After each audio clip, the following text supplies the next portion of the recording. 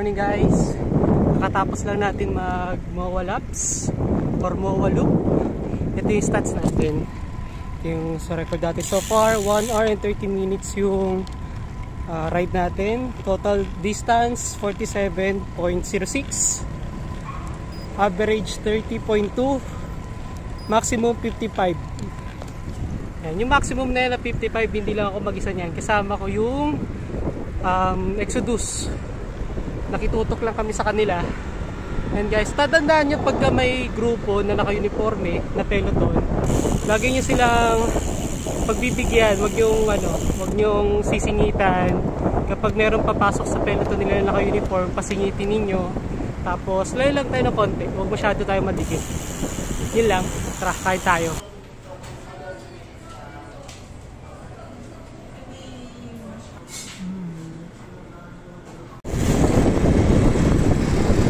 Niya nasa passenger footrest oh.